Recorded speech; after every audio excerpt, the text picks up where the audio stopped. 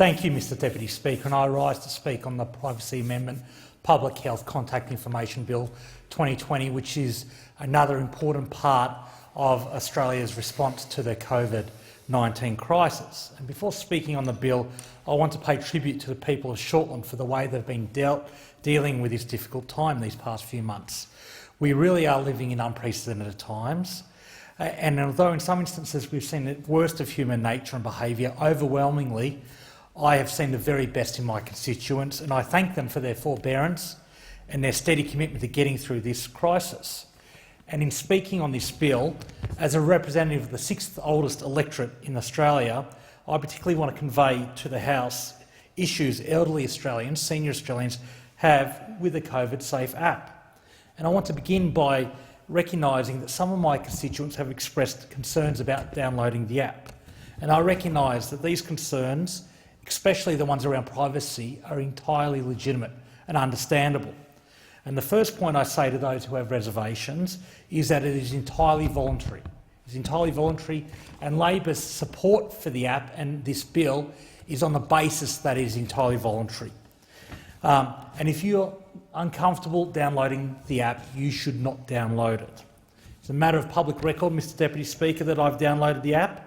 And like most people, I did my research and carefully considered what to do, and then made the decision that I should download the app. Many of my constituents have raised concerns about privacy and the storage of data, and I want to assure them that this legislation makes it an offence to collect, use or disclose app data except in a number of limited circumstances.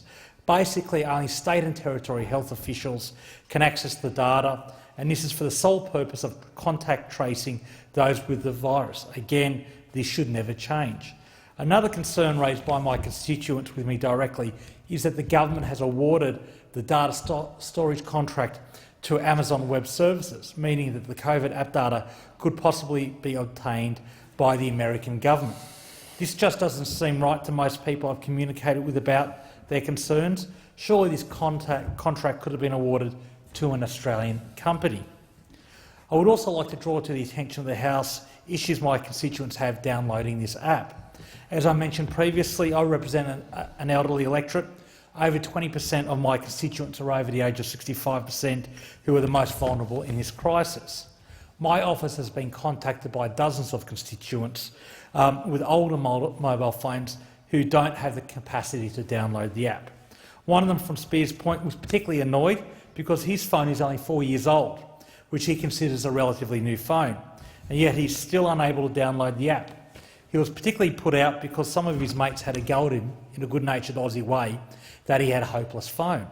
The serious point I'm trying to make is that a lot of my elderly constituents have genuinely wanted to download the app, but have been prevented from doing so because of this particular digital divide. In fact, I tried to assist my father in downloading the app. He has an older Android phone, and he was particularly put out that he couldn't, given he's in the high-risk category.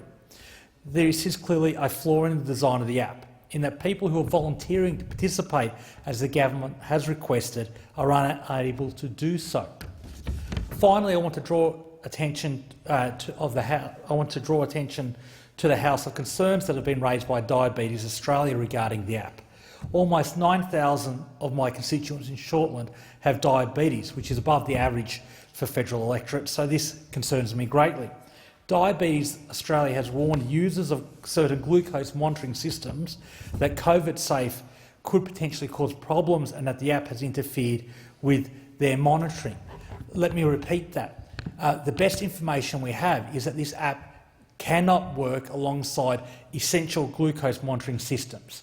And it is of grave concern, and we're potentially excluding millions of Australians who have diabetes, most of whom are in a high-risk COVID category, from downloading this app. These are the very people that we need to download this app if they agree to do so, and for them to be prevented by technical issues of grave concern.